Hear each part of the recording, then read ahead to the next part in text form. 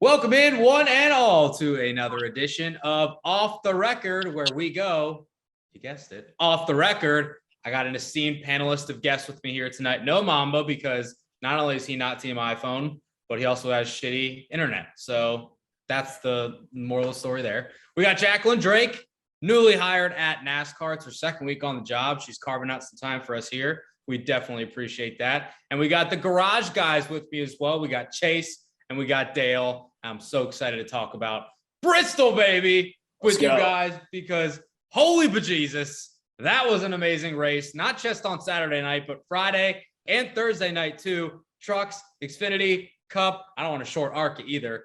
Incredible weekend of action. It hits so well every single time. Jacklyn, I know that you went to the Bristol dirt race earlier this year, but this Bristol race on the concrete and the asphalt, God, that is as good as it gets, literally. You're so right. And I didn't even want to say that the dirt race wasn't good. But after this weekend, I'm like, that dirt race had nothing on this. Like every single race was good. I was so excited come like Sunday on the cup race, because I'm like, Saturday. Jesus. Saturday on the cup race. Yeah. I'm like, hey, this is going to be good, because we just saw the trucks, the Xfinity race do like 2 back-to-back awesome events. So I was so ready. And God, I mean, the cup didn't disappoint either. And then we got to see some mad drivers at the end, which we're going to be talking about for years to come. And, you know, Kevin Harvick smashing his glasses, which that's a great meme to see. Definitely. So I loved it. I loved it. How about you, garage guys? I see you got your Hooters paraphernalia on. Your boy almost got the dub, and then he was influential in the non-dub for Mr. Subway. Chase, that was insane. It really was, man. Great race. Shout out to you guys. And again, thanks for having us on. We're pumped. Dale and I, we always, I figured we'd coordinate the Hooters pretty well. Obviously. We're actually hanging down there in pit road, and I had walked in with about 50 to go. And I look to my right and I see Chase Elliott coming into the pit, and I'm like, what just happened? And so the next thing you know, I'm looking up and I'm seeing everything. And then down there, kind of got up close to the scuffle. It's just good to see him stand up for himself a little bit. He put a little flex on. He put the finger in Kevin's face. Like, that's heavy stuff right there. And you don't put the finger in Kevin's face. And he did it. We call him Bill's boy on the show. So Bill's boy, he's graduated now. All right. He went from Bill's boy with an I to Bill's boy with a Y. So he's there all the way. That's big. He manned up, didn't he? He did. Dale, that was crazy on pit road. The weekend, though, itself, man, Dale and I were talking about it, and we were literally leaving Sunday night, and I turned it over to him, too, because it was just, he said, I think we just witnessed the greatest weekend of Bristol racing in the history of mankind. And I'm like, it was my first time at Bristol, too, so it was epic. Yeah, it really was, Dale. You were there. Yeah, it was funny. So obviously, we got the Hooters stuff, and we were kind of hanging out with the Hooters team, Chase Elliott. Want to talk about the betting thing. Ironically, I did not have money on Chase Elliott, but Chase did. We were both on Larson too, but I've been coming to Bristol for a while, so I like to sit in the stands to watch the racing. I mean, the pits are really cool, but there's nothing like watching a race at Bristol from the stands. So especially the night race too. Oh, absolutely. It's always a spectacular time, a spectacular race, and crazy things happen. So Chase wanted to go down to the pits because he was like, dude, if Elliott's going to win this race, I want to be down there. And I was like, man, I kind of just want to watch it from up here. And as soon as he went down, Chase Elliott had that contact with Harvick. And, so you're the bad luck charm. I don't know. So. It's weird. It's weird. So I texted him immediately. I was like, it's going to work out, though, because I'm going to sit here and watch into this race where my ticket is. And I'm going to text Chase and be like, hey, this just happened. You need to run to the pits right now and get that fight on camera, because Kevin Harvick's going to beat his ass. That's what I thought in my head. But obviously, Chase manned up. Usually it's Harvick that sticks the finger in people's faces. Mm-hmm. So when Chase did that, I was like shocked. But I mean, nonetheless, just absolute fireworks the whole weekend. It was fantastic. He taunted him too. He was literally like, there was a moment where Chase Elliott's like, he's tapping Kevin's helmet, like, take it off. Like, what are you doing? Like, take this off. Well, that's a huge thing too, right? Like, everybody was saying, oh, well, he didn't take his helmet off, pansy move, whatever. I think I have a theory, and I don't know, like, I don't know if any of you guys wear glasses normally, whatever. I think since Harvick was wearing glasses and he has inside the car for like a year now, it's probably more of a process to actually like take off the glasses to get the helmet off. Like Chase just ripped it off inside the car. Kevin probably has to put his glasses somewhere. I was going to say make sure that they're safe, but then as Jacklyn said, we got the meme of him slamming the helmet, so he was not caring about that. I don't know. In the moment, I was like, okay, maybe he needs to like take his glasses off, then take the helmet off. It's a whole to do. So I don't know. Like, where do we stand on the helmet versus no helmet debate in terms of a fight, a disagreement, whatever it is on pit road? Jacklyn, what do you think? I have a strong opinion on this. I truly think like when you are upset in the race car, the last thing you're thinking about is I need to take my helmet off and my Hans device and all, like you're getting out of the car and you're trying to get in someone else's face. You seeing red at that point. Yeah. Yeah. I don't think, I mean, Chase, obviously when they were coming down pit road at the end of the race, Kevin's the one that got behind him and wanted to confront him, right? Chase is getting in his car. He's starting to unstrap and Kevin's the one that approached him. He's not thinking about going through his procedure of, you know, taking all his gear off. He's wanting to get in Chase's face as soon as possible. If he was really concerned, in my opinion, about not having a helmet on, or if they're going to get a fist fight or whatever, then they wouldn't have had the conversation later in the night where they were in the pits behind the haulers and you see the video on Twitter of them talking. So if he was, I think a lot of Twitter fans attacked Harvick for that. And that's like, that wasn't really his thoughts. Yeah, I think it was blown out of proportion a little bit too. What do you think, Chase? Are you team helmet or team no helmet?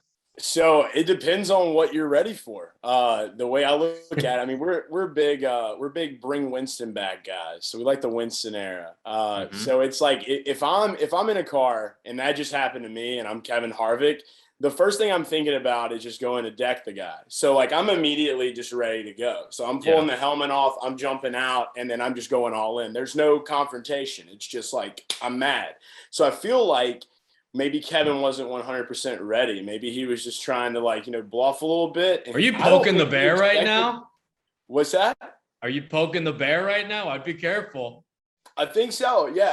I feel like he was going to try to bluff a little bit, and Chase Elliott called him out on it. So, and that goes for anybody that keeps the helmet on. And that's just how I feel about it. Cause I'm like, you look back in the history of the sport, you look at some of these guys. I mean, I get it's a little bit easier to take all that stuff off back then, but at the same time, you do it every weekend. You know the procedure. Get it off, and you're going. So I don't think Kevin was really ready. I think he was just going to try to, shuffle him up a little bit. He didn't expect Chase to do what he did.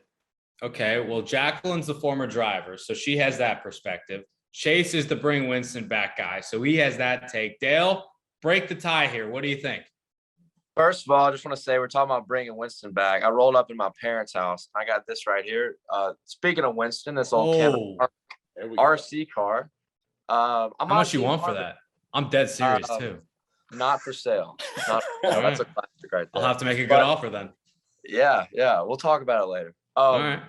So I'm on Team Harvick here. I agree with Jacklyn in this instance. And I think about all the times that Harvick has been in an instance like this. So I think about like Ricky Rudd and Greg Biffle in the other early 2000s. That was at Bristol too. Yep. I think Ricky Rudd, one of those is at Richmond, I think. Ricky Rudd was at Richmond. Yeah. Yeah. And then Montoya at Watkins Glen. And then before they come to mind, Watkins Glen, they hopped out the car and he had his helmet on. Same kind of thing Jacklyn's talking about. I don't think he was thinking about taking his helmet off. Just run up to him.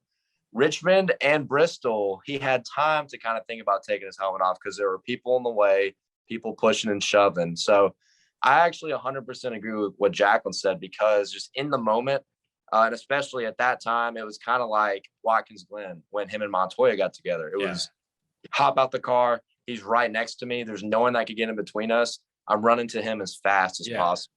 So I think that with all that, like, I don't think Kevin Harvick's a pushover. I don't think he's like thinking, oh, I might get punched in the face. I don't think he cares at all about that. You just don't like break the glasses. Psychopath. I think Harvick's a psychopath. He always has been. And it was awesome to see Harvick, psychopath, come back again. We hadn't seen it in a while. So, I think it was blown out of proportion a lot on NASCAR Twitter, which doesn't surprise me at all. Yeah. I will say too, the reporter in me wants to get this straight too. I believe that there's a rule in the rule book that states if you take your helmet off, I think it may be on the racing surface, so it might be a little different, but, and this is after the race too, so I get it. But I don't think you can take your helmet off while the race is still going on. Like, I think Matt Mills in the Xfinity race, I think he did that after he tried to throw the water bottle, which was funny. And so he's probably going to get penalized for that, I think. So that's another thing to think about too, in terms of like the actual legality of the rule. But I want to go back to Jacklyn because, as I mentioned, like, you're a driver, you have experienced rage inside the race car before, I'm sure. Have you been in a situation where you went to confront somebody after the race, or somebody came to confront you? You probably didn't even think about, oh, let me unlatch my Hans device. Let me get my helmet off. You probably just, at that point, doing whatever your brain told you to do, which was go kick this guy's ass. Oh man. Yeah. Yeah, I think it's impossible to race and never get mad in the car. That's not a thing. I confronted someone one time. I did take all my racing gear off, but I had taken my car back to the trailer, and I had time. I took my car back to the trailer, and the other guy was in tech, which was actually across from where we were parked. So I took all my stuff off, and then I just walked over there. And that was my confronting of sorts. So, but I mean, if it had been on the track or something like that, I would have just jumped out with all my stuff on at that point, right? You're just mad. Yeah, you're mad at that point. Harvick was real mad. And Jeff Burton said it too, like at the end of the broadcast, to go off of your point, Dale, I'll throw it to Chase with this. We have not seen Kevin Harvick that mad in a real long time. And Dale, part of the reason why I asked how much that thing was because in a prior life, I was the biggest Harvick fanboy you'll ever meet, right? So like when he was mad at Ricky Rudd, Greg Biffle, Montoya, he had the feud with Kyle Busch. Like, I remember all that stuff like it was yesterday. It is back here somewhere. It has been a real long time since we saw him that mad. Like, you can say the same about Kyle Busch to a certain extent, right? Like, Brexton has humbled him a little bit. I think Keelan and Piper, Kevin's kids, have done the same with him, because he's on the record as saying, like, sometimes Keelan goes on YouTube, sees me fighting, and says, "Dad, why'd you do this?" And it's a little bit harder to explain to a kid that actually is starting to understand how the world works, why his dad was in a fit of rage and started to fight this guy, right? So I think it's interesting to see that this Harvick is coming out. I like that Dale calls him a psychopath, because you got to have a little bit of that crazy energy in you if you're going to be successful at this top level. And now that he's on to the round of 12, I don't want to sound cliche or anything, but I mean, that really could be the spark that he needed, that the 4 team needed, to light a fire under them and say, you know what, even though we haven't won this year, even though SHR is not what they were last year, we are still capable of winning races, getting it done, and advancing through these playoffs. So in a way, Chase, this could have been a really good thing for Harvick moving forward. Time will tell, obviously, but on paper, I think that he's in a good spot. Yeah, looking at like the race when we started out, like we were talking about bets. So my betting card this week, Dale and I were both on Larson together, and then I took Harvick and Elliott to win, and I felt like this was that race that Harvick could have pulled it out. So now that he's moving forward, I mean, you can't think about the playoffs without Kevin Harvick making it down the way. You know what I mean? It's just like, he's a veteran guy. He's there. He's been here for so long. And I just know that they're going to find a way to push and make the change necessary to get him a fast race car as the playoffs are going on. You just can't not do it, especially with, all the equipment and the things that they have at Stewart Haas. I mean, he just brought on the new sponsor, Subway this week, and it's there's a lot of eyes on that situation. So I do think that we're going to continue to see this. And I said at the beginning of the year, he probably would only get 1 win this season. And so it's been pretty wild. I'm sure a lot of Harvick fans are pissed at me, but it's like, it's come to fruition kind of. And I still do think that win is coming. And it could be coming here in the next couple of weeks. So it's just, he's right there at the door now. So it was good to see him up front running. And I can't wait to see how it shakes out for him.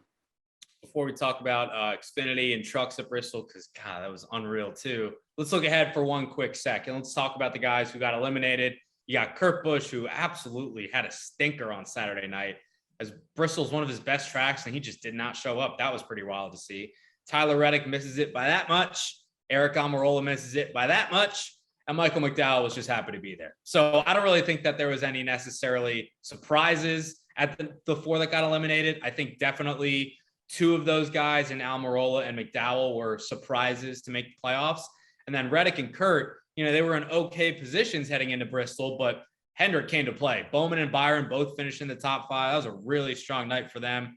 So Dale, any specific surprises or major takeaways from those 4 drivers that were eliminated? And then obviously Byron and Bowman, they advanced to the next round. So Hendrick still has all 4 drivers intact. Yeah, I think the Kurt Busch deal is a surprise to a lot of people because like you said, he runs so strong at Bristol. Ganassi with the 750 horsepower low downforce package has been really fast recently with Kurt and Chastain both.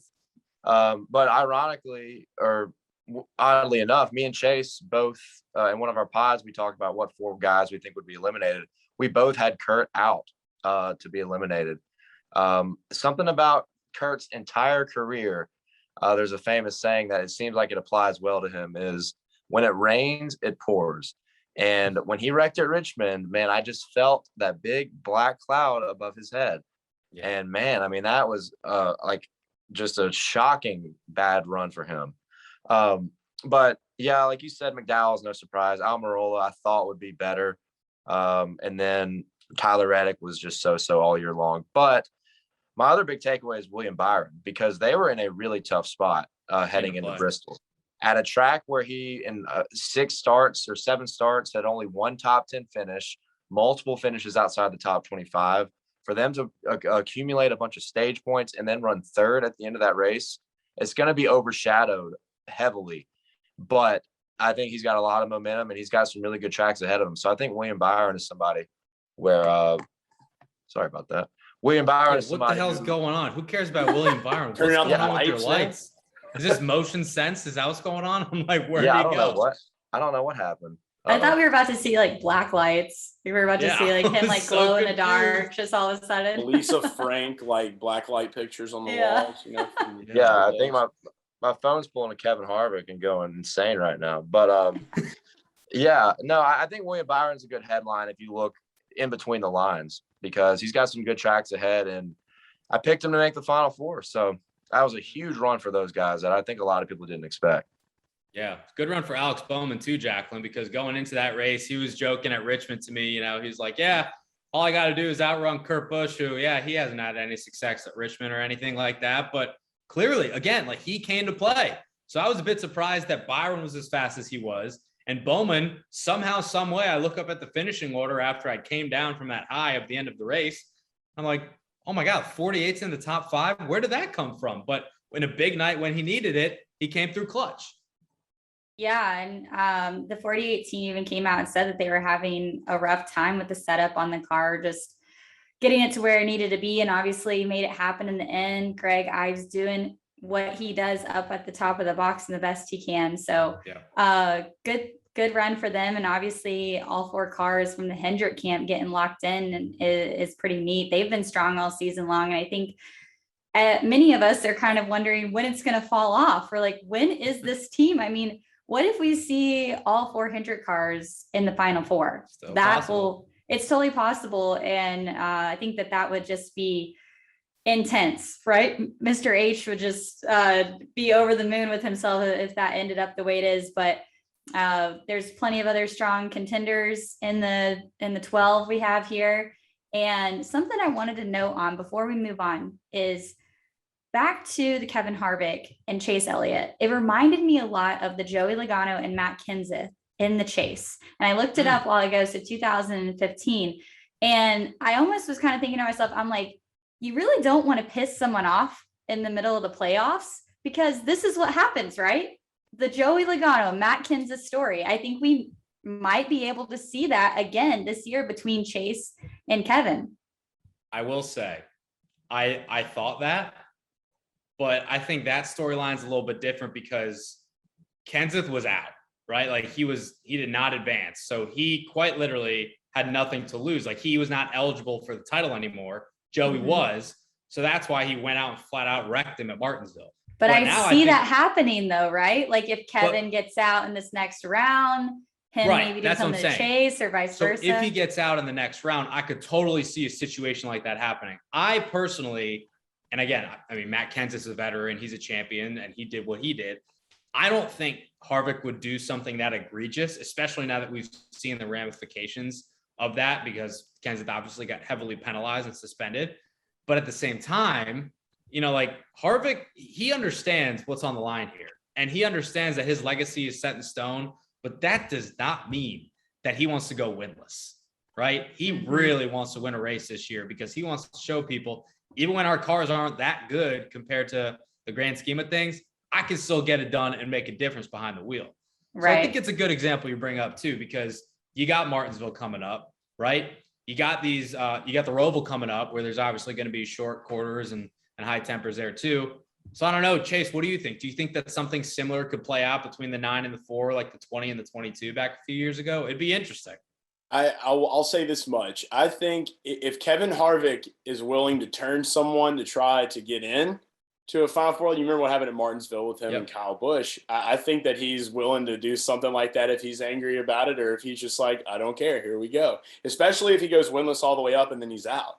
I think that it's something we could see. I mean, and like you say, it's just he's that kind of guy though. Like I don't feel at all that he's going to go winless. Like he's got to get at least one win. If he does, I would be super surprised, and I'll eat my words.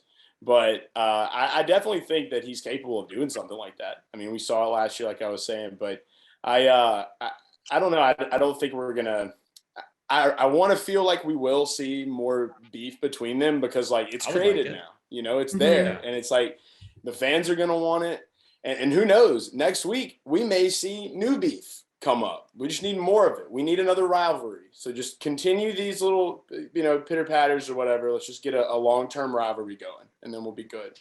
That's where I'll stand with it. So I think Kevin's capable. Let's set some odds here. You guys are the garage guys. You guys make the people some money. You guys know the odds better than anybody. So let's say hypothetically we put Chase and Harvick in the ring. What are the odds, right? Who's got the upper hand? I would say Harvick because he has a background in wrestling. He's hella scrappy. You don't want to mess with him. We don't know what Chase has really. He's a bit of an unknown. So I give the edge to Harvick in terms of the odds, but you guys, you do this for a living. So what say you? I'll let you take this one off, Dale. Take it off. Go ahead and start. He turns his camera off. He's like, he turned it off. He's like, I don't know. I'll put it this way. I think that just the age is definitely going to factor into it. So I would probably say we'd see Harvick probably at plus odds. I think for sure, which means he would be the underdog in this one. And I say that just because of age, the age difference there. 20 years younger, quicker, a little more agile. So yeah, that's not a bad way to think about it. But I think I'd go Harvick for the same reason that Davey was saying, is the scrappiness. And like I said earlier, he's a psychopath. He's been in a lot of fights before. We don't know what kind of fights Chase has been in, besides like point and shouts with Denny Hamlin. Flips the middle finger to Kyle Busch. Harvick's been there, and Harvick went after Ricky Rudd. You don't go after Ricky Rudd. You know what I mean? So like, I think I'd have to go with Harvick. I think Harvick would be like a minus 130, and Elliott would be like a plus 100. I think it'd be close, like you said, because of age.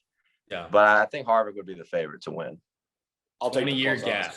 20-year gap, but I feel like I would also give the edge to Harvick. Jacklyn, what about you?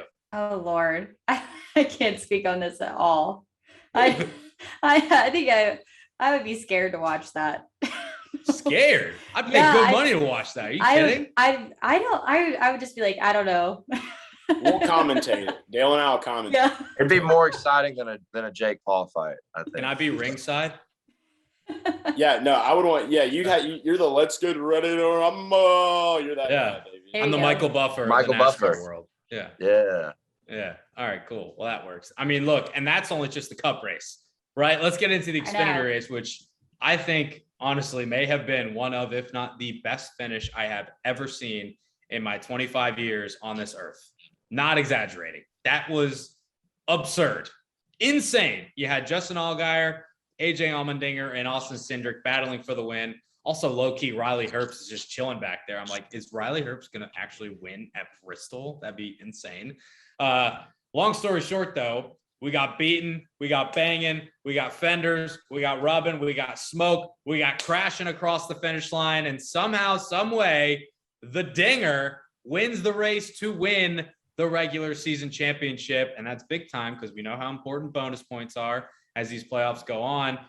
Were you guys there for that race too, for the Xfinity race? Okay, you were. So I'm sure at that point, you guys were probably losing your minds because I was watching it.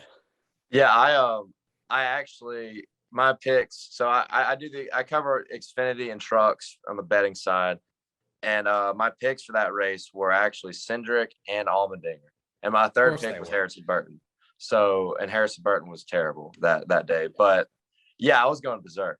I was going nuts. It was incredible. We got it on video, like a reaction video. Yeah. I mean, at that point, like I thought Allgaier was going to take it when the caution came out. And I thought Cindric had it won, and the caution comes out, and I'm like, this just fell right in Allgaier's hands, which he caused the caution, but I was like, I'm screwed now. He's gonna get this, and then AJ or Allgaier takes the outside behind Cindric. AJ's on the bottom, and I'm like, AJ's been running top 5 all night, but hadn't had the car, So I was thinking Cindric and Allgaier would sweep away on the outside, and then the rest is history. But yeah, it was absolutely wild. I think it's up there with the Kurt Busch, Ricky Craven, Darlington race as one of the greatest finishes of all time. I mean, there's no doubt in my mind. Yeah, I think it is. Just because it was Xfinity and not Cup, I don't think it'll get the love and the shine like Ricky Craven, Kurt Busch at Darlington did. But Jacklyn, you saw the end of that race, and for my money, it honestly might be the best finish to a race, considering the circumstances too, that I've seen in a decade.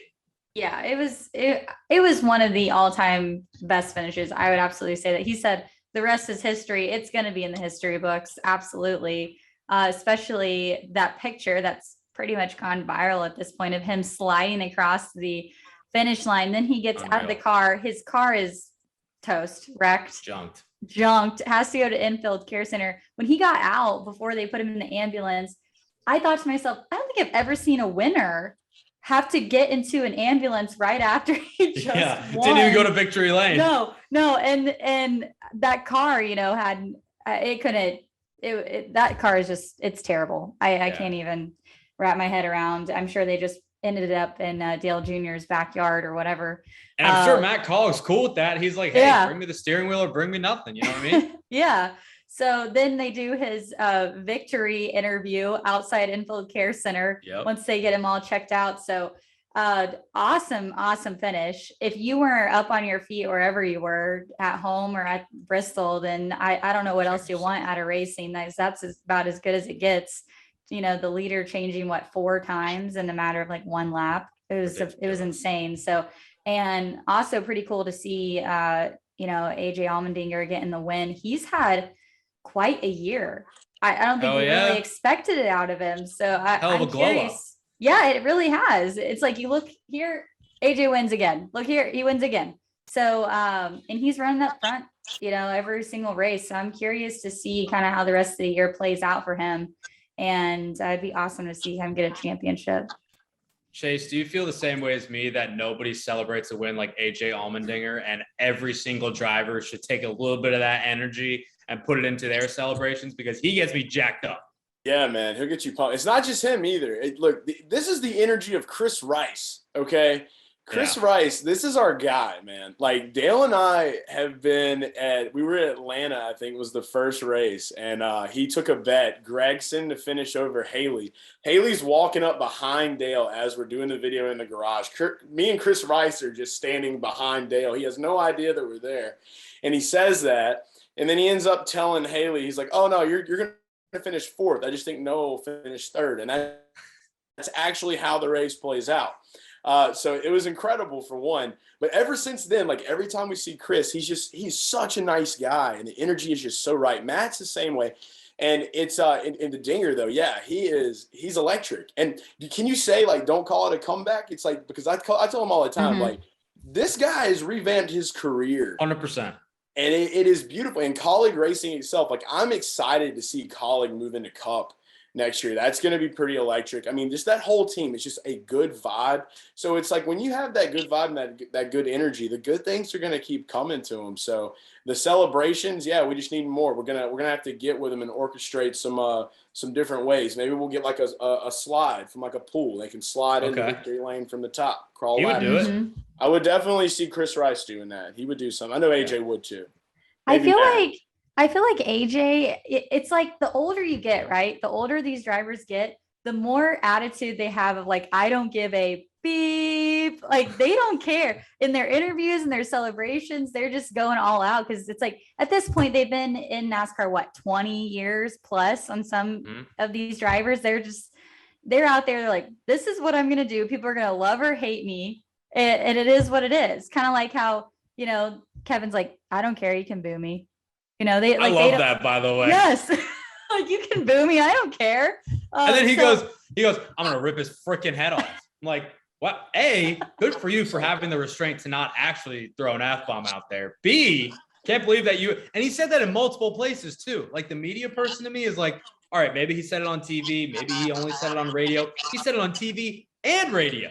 That's impressive. That's premeditated. Sorry. Yeah. Go ahead. No, but just full circling back to AJ and like his celebration and his energy and his interviews. Like that's what people fall in love with though. When you're your true self, that's what fans love. And AJ's being that person for us. So we're eating it up. And so, yeah, great Xfinity race. Yeah, it really was. Dale, I want to point this out too. People wrote AJ Allmendinger off. Like he was done in the Cup Series. He's a winner. But he gets the boot. He's done.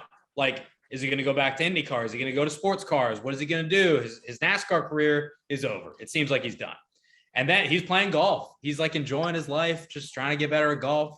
That was unsuccessful, by the way, which is a reason why he decided to take that call when Chris Rice called him up and said, hey, why don't you come drive our car? And now at age 39, which, by the way, is the peak age for a NASCAR driver, according to Motorsports Analytics, he is peaking, albeit in the Xfinity Series, but the dude is on fire. He wins the regular season championship. He's a favorite, probably co-favorite with the 22 to win the Xfinity championship. It seems like all the momentum and like Chase was mentioning, like the vibes with the 16 camp and with Colleague Racing right now, immaculate, like to the moon. They are an unbelievable group to watch right now. And whenever AJ's up front, he's going to send it all out to try to win the race because he has been to the top of the mountain, and he's also been in plenty of valleys before. He knows what it's like, and he doesn't want to be down low anymore. He wants to go up to the top, and he knows that he can get there with this team. So the rejuvenation that he's had with his whole career, that should be appreciated as well. Yeah, absolutely. And I attribute a lot of it to just how fun those guys are. Like Chase was saying, man, Chris Rice and Matt Colleague, man, the vibe is there. And I like to think back when AJ ran like part-time short schedules for them over the past couple of years and won races. Incredible teamwork at the restrictor plate tracks. Every single time out, they're the head honchos. They lead the way. It seems like three of those guys finish in the top five every time. I mean, they finished 1, 2, 3, I think, at Daytona with Justin Haley winning. Yep. So AJ's just having a blast right now. He feels no pressure. He's driving for some fun guys. They let him do what he wants. If you listen to their team chatter, Chris Rice or whoever's on there is like, hey, man, just do what you got to do. Like, it's like they just vibe so well as a team. It's just he's having so much fun. And with Chris Rice, man, every time we see him in the pits, he remembers us and he's like, oh, who y'all betting on today? Huh? Y'all probably betting on Noah Gragson or something. And, this weekend, I didn't know. I for sure was going to pick Cindric and Allgaier. And there was a lady with him, and he asked us that. He was like, so you betting on this time? And I looked at him and said, I want you to tell me who to bet on, Chris. Why don't you tell me who to bet on this time? And he goes, Bailey Curry. That's what he said. But straight up. It's not on the board, Chris. Yeah. This woman that was with him says, you need to take AJ Allmendinger tonight. Seriously, take him. And I was like, okay, I'll think about it. So I ended up taking Justin Allgaier out of my picks because it seems like every single race here, he leads every lap and never wins. And he was really, really expensive on the board. And AJ Allmendinger was very undervalued. And I was like thinking of the narrative, like, oh, regular season championship, maybe he'll be there tonight. And that was kind of why I took AJ Allmendinger. So the vibe, the energy from Colleague Racing is unbelievable. I mean, it is so cool. And like Chase said, I'm so pumped to see them in Cup because they may bring home a title this year in Xfinity. So it's just awesome. It's awesome to see their success and what AJ is doing with the career revival. Because like you said, back in 2018, when he left, I mean, I didn't think I'd see him again. And now here he is. So, and he's got a Cup win. Yeah. And he's probably going to get more next year too, running road courses for him. Exactly. Yeah. Yeah. That win at Indianapolis, just the Colleague energy. He had no business winning that race. Let's just face it. He was a top 10, maybe top 5 guy. And then you put yourself in good position and then you capitalize. It's the Colleague way. Exactly. Exactly that. The Colleague energy, man. It's something special. Yeah, they're clearly doing something special over there. Let's go to the Truck Series too, because we got to give those guys and gals their due. Chandler Smith gets his first career win, but not without some controversy, of course. All right.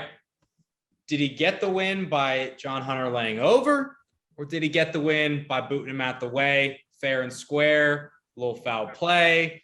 I don't know. Let's throw it out to you guys. Jacklyn, lead us off. You think Chandler Smith, that win was quote unquote legit, or you think there was some other things going on at play? Listen, there is nothing I love more than an underdog story and someone that has to win to make it into the playoffs and to make it your first ever Truck Series win. Chandler Smith coming off of a super late model win just the weekend before at local short track racing, heads over into Bristol and gets that win. I think he won it fair and square. That's how I feel. We're in the playoffs. Like we're towards the end of the season here. Nobody's giving away wins. Nobody's, holding back for anyone. Even if it's a teammate, they may help a little, but nobody's just giving away wins like that. So I think he won it fair and square. And I think it's been a long time coming for Chandler Smith. He's obviously had a little bit of I don't want to say up and down career, but I think he has in a sense. I feel like this truck win should have come a lot sooner than it did. But yeah, I think fair and square all the way. Yeah. What about you guys? Chase, you think fair and square or a little foul play?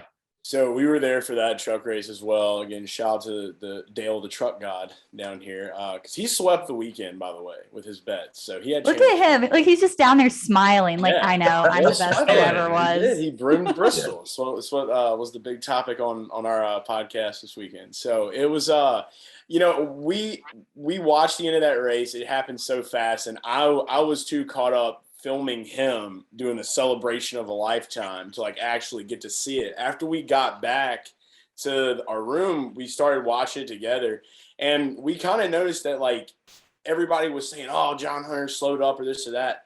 And I think me and him are both on the same line when we say we think that Chandler got that pretty fair. Now, it makes a lot of sense why people would think it wasn't, because it's hey, why not have another, Kyle Busch truck in playoffs? Let's go.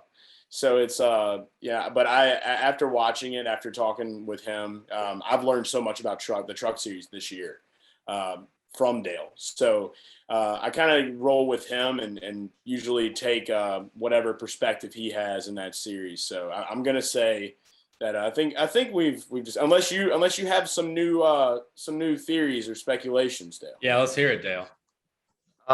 At first, we were watching in the stands. I thought Nemechek for sure just gave it to him, because when Chandler Smith and Creed got together, Nemechek had a half straightaway lead there. So I was like, well, Nemechek's gonna get this, and then Smith just blew by him. But looking at the replay, I looked at it about 100 times.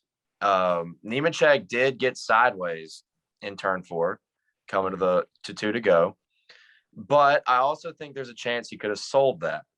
And I mean, if he did sell that, he did a hell of a job, because it did look like he broke loose. He didn't just slow up and let him buy them. Yeah. But he also, if it was legit, he got back to Chandler and bumped him on the next lap going into turn 3. So I think it was legit.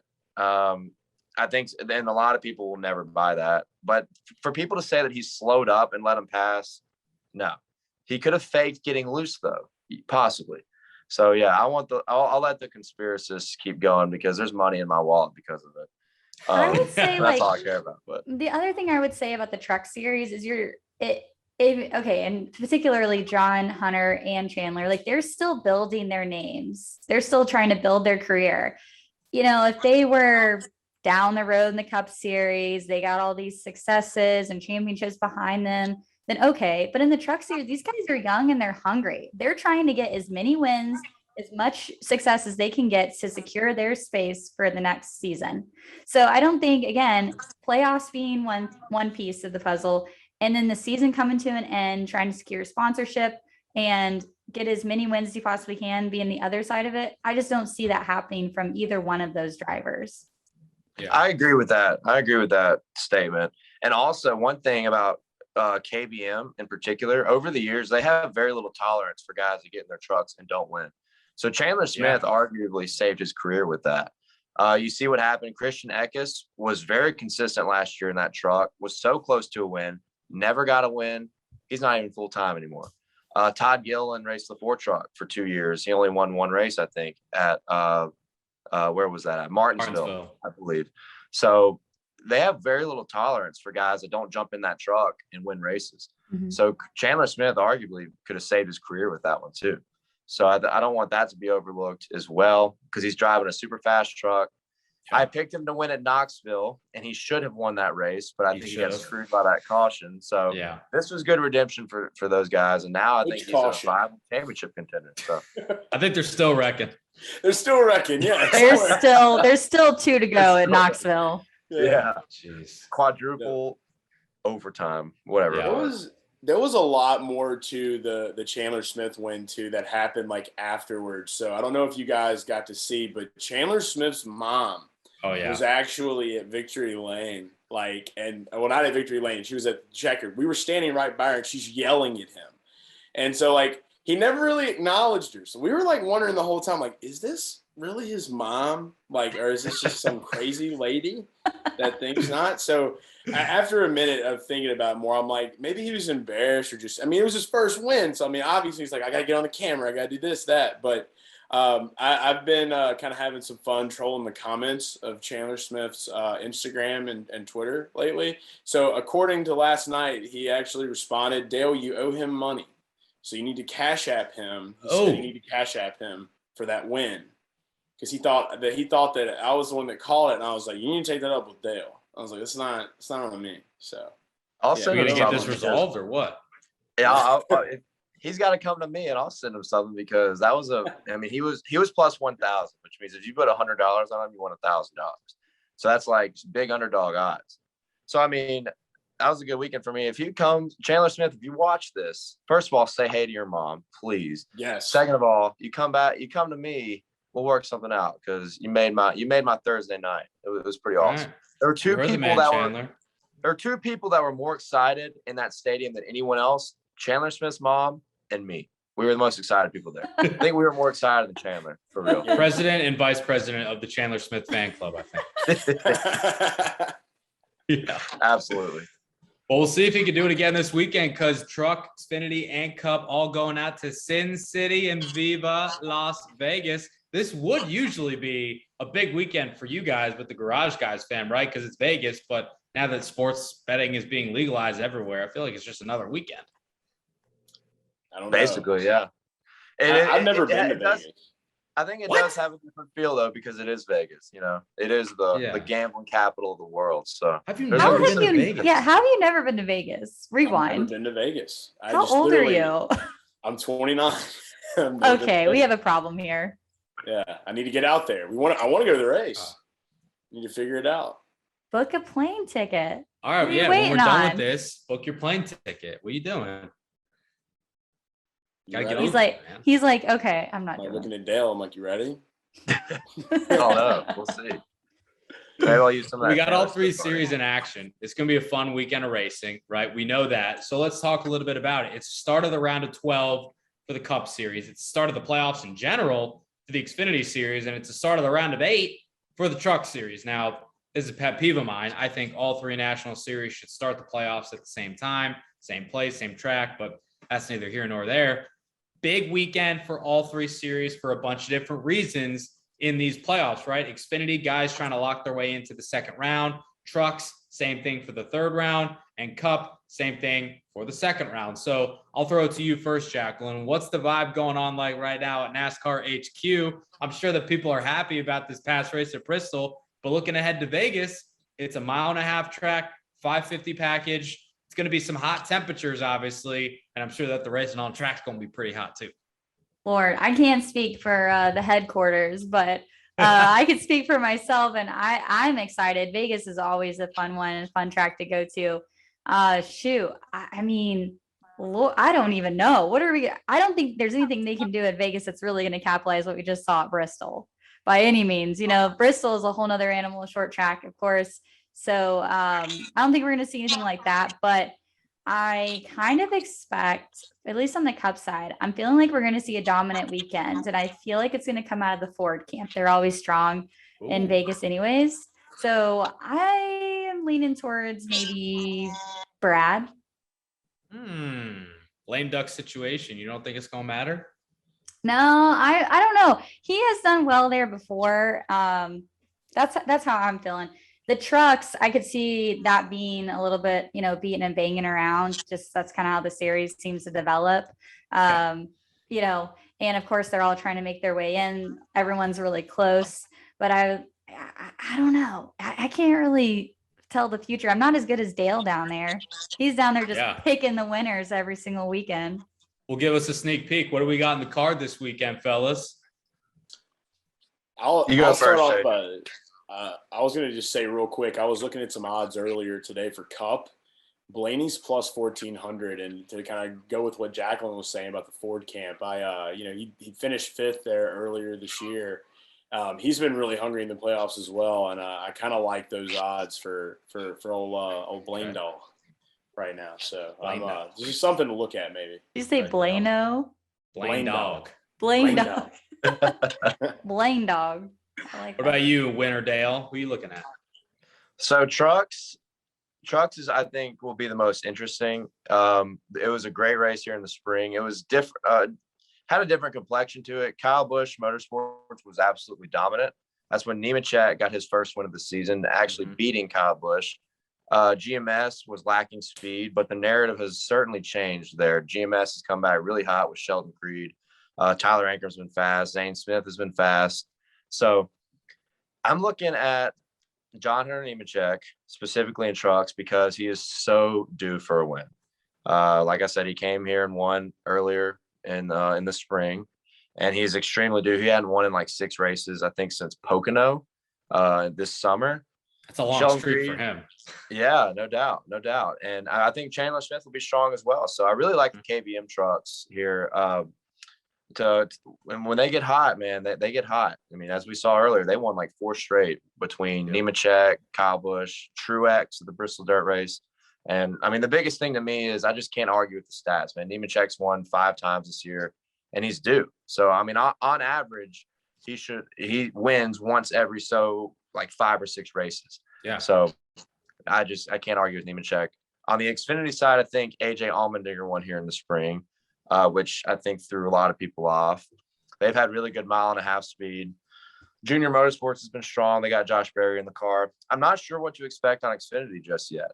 It's the playoff opener for Xfinity. So I think it's going to be a good, hard racing, unpredictable race. My eyes are on Daniel Hemrick, a guy that's had such good speed all year long. Talk about being due for a win.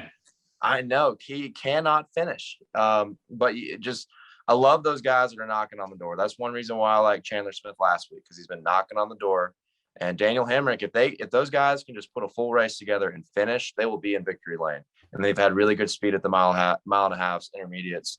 So I like Daniel Hemrick early on. And with Cup, I like Fords. They've had a very good history here. Logano's won here. Keselowski's won here. Blaney's been really close. And regarding the aero package, Ryan Blaney's been very, very successful this year on that 1.5 mile intermediate package. He's been up there with the Hendrick cars and what Kyle Busch has had as well. I know Larson won this race in the spring. I'd expect Larson to be up there in the mix, but like Jacklyn said, and like Chase reiterated, the Fords, Penske is really, really strong here. So I like Blaney and I like Logano to be guys that run up front and maybe surprise some people. Okay, so we're going with the Ford Brigade with the garage guys. Jacklyn, in a word, let's hear your pick. Who are you picking on Sunday for the South Point 400 to kick off the round of 12? Oh, I think ultimately, I said Brad, but I think I'm gonna lean towards Joey. I'm gonna say Joey Logano on Sunday. I mean, it's another Ford. I don't know why I'm feeling it. Feeling a He's won Joey there win before. here. He can do it again. Multiple Yeah. time winner at Vegas. So that's a good pick. It's a good pick. That's the Chase, gut. are you going Blaney? Blaine dog? Blaine dog. I can't with that. He's definitely somebody I'm going to have in my picks. And I really do think that Blaney has he's there mentally right now. I just feel like he's dialed in a way that he hasn't been dialed in before this year. For sure. Just going into this, like getting back-to-back wins, Michigan, Daytona, it's just like, it just seems like this could be the time where we see him get to that Final Four spot. So I think that he could kick this weekend off with it. I think that that he's got a little bit of the experience and the edge. I think he's ready for some Vegas burnouts. Yeah, so I'm going to go with Blaney.